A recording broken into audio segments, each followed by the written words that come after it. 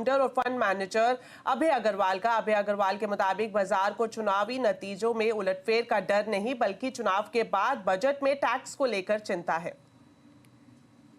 एक तो है इलेक्शन रिजल्ट्स। मैं ये नहीं कहूंगा कि इलेक्शन रिजल्ट्स में कोई अपसेट का डर है, पर एक यही डर है कि जब तक रिजल्ट नहीं आता तब तक अनसर्टेनिटी का माहौल रहेगा।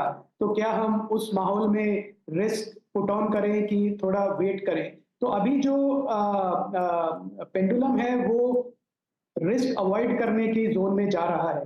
तो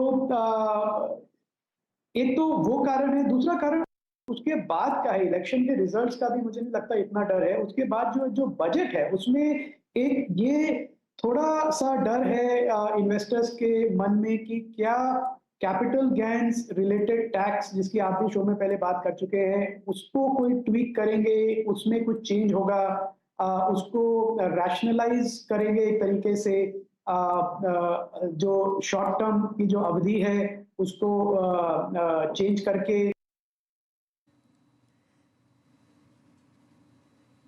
एसबीआई ने आज चौथी तिमाही के शानदार नतीजे पेश किए हैं। बैंक के मुनाफे में सालाना आधार पर 24% का उछाल आया है। बैंक को 20,700 करोड़ रुपए का मुनाफा हुआ है।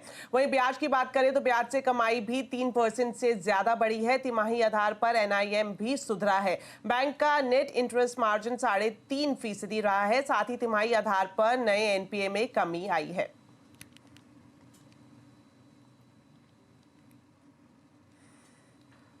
तो चलिए अब आपको दिखाते हैं बुलेटिन में चुनावी महासंग्राम से जुड़ी हुई कुछ बड़ी खबरें।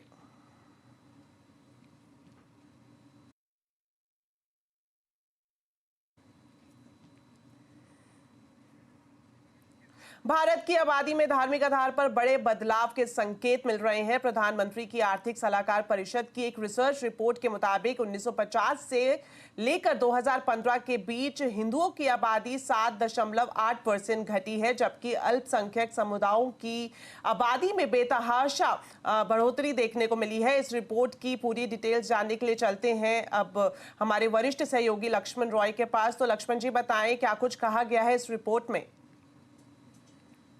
दरअसल प्रधानमंत्री के आर्थिक सलाहकार परिषद यानी पीएम इकोनॉमिक एडवाइजरी काउंसिल की एक रिसर्च रिपोर्ट है, और रिसर्च रिपोर्ट करीब 176 देशों के आबादी के ऊपर की गई है। और उसमें ये पाया गया कि 1950 से लेकर के 2015 के बीच की आबादी के ट्रेंड का रिसर्च किया गया, और उसमें ये पाया गया कि भारत में 1950 से लेकर 215 के बीच में जो हिंदुओं की आबादी है वो 7.8% कम हुई है।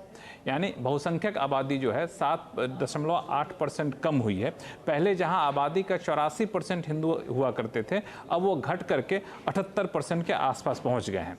लेकिन दूसरी तरफ अल्पसंख्यक समुदायों की आबादी जो है वो काफ़ी ज़्यादा बढ़ी है।